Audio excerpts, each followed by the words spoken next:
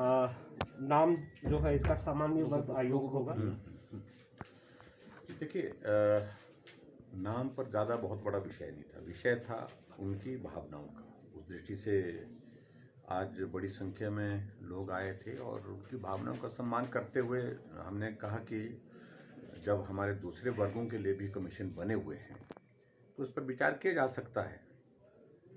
और ऐसे में हमने आज घोषणा की। घोषणा करने के बाद हमने उसका नोटिफिकेशन भी कर दिया और उसके बाद ये एक्ट बनेगा और एक्ट बन करके, क्योंकि एक्ट बनाने में थोड़ा वक्त लगेगा, और एक्ट बन करके फिर आगे इस आयोग की जो है वो इसको कॉन्स्टिट्यूट किया जाएगा। तो सबसे बड़ी बात यह है कि हमारा समाज आपस में किसी भी विषय को लेकर के आप सामंजस्य को ना तोड़े, मिल करके रहें, एकजुट होकर के रहें, सब मिल करके काम करें, ये महत्वपूर्ण है।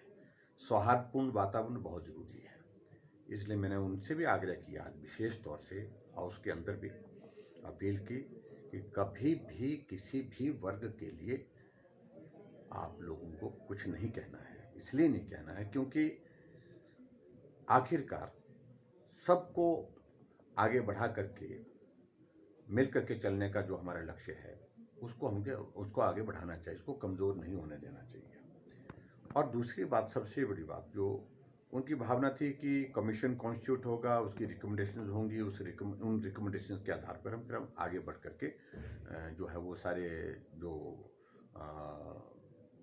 कम्युनिटी के जो इश्यूज़ हैं उनका समाधान करेंगे।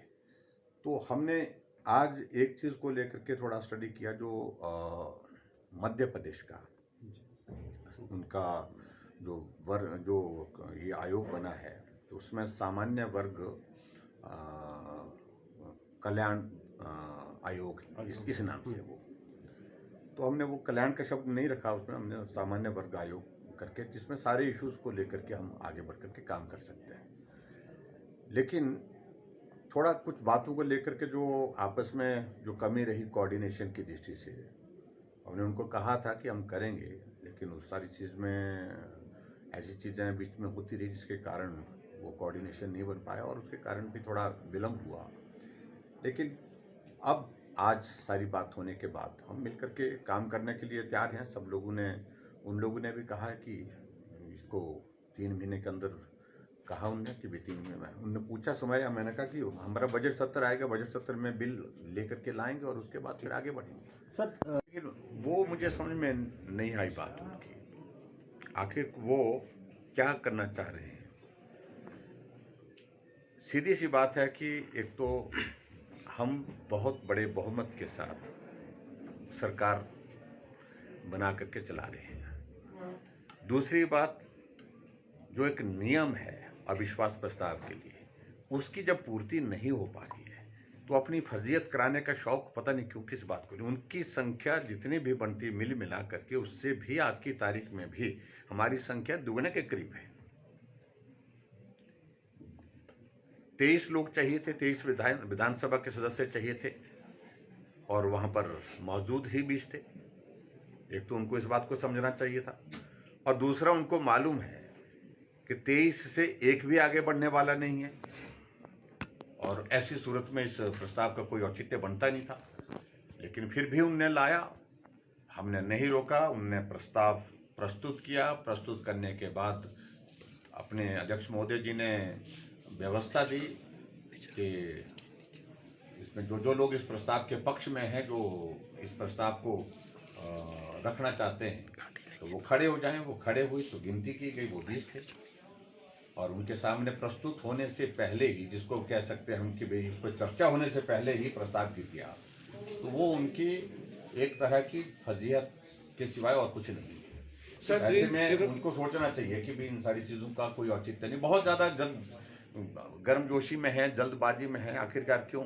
और मैं तो उनको कहना चाहूँगा कि अब बदली हुई परिस्थितियों में जल्दबाजी करना विपक्ष के नेता को उचित नहीं है। सर, स्वर्ण आयोग के नोटिफिकेशन जारी होने के बाद क्या ये माना जाए कि कनक्लेव हमारा 13 तारीख 13, 14, 15 को है, और उसमें हम रहेंगे वहाँ पर, और वहाँ पर प्रधानमंत्री जी रहने वाले हैं, और काफ़ी लंबे अरसे के पश्चात जो है चीफ मिनिस्टर काउंसिल की मीटिंग हो रही है।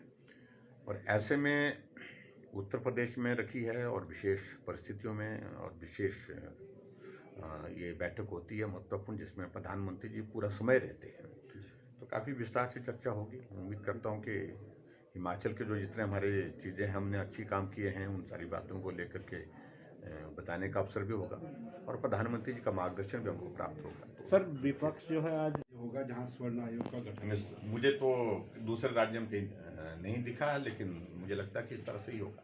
सर, एक बड़ी मांग, क्योंकि ये स्वर्ण आयोग की थी, ये रास्ता साफ हुआ है, लेकिन इसी तरह की आगे भी और डिमांड्स अब आनी शुरू हो रही हैं। कल एक बड़ा धरना जो है एनपीएस वाले उन लोगों का है, आपको लगता है उनके लिए भी कोई? देखिए, एनपीएस के संबंध में हमने जो 2009 की नोटिफिकेशन का वो जिक्र करते थे, उसमें हमने वो जेसीसी की बैठक में वो सारी चीज़ें तो हमने ले ली, जिसमें जिसकी मृत्यु होती है, एक्सीडेंट होता है, उस सारे विषय को लेकर के तो हमने समाधान दे दिया उनको।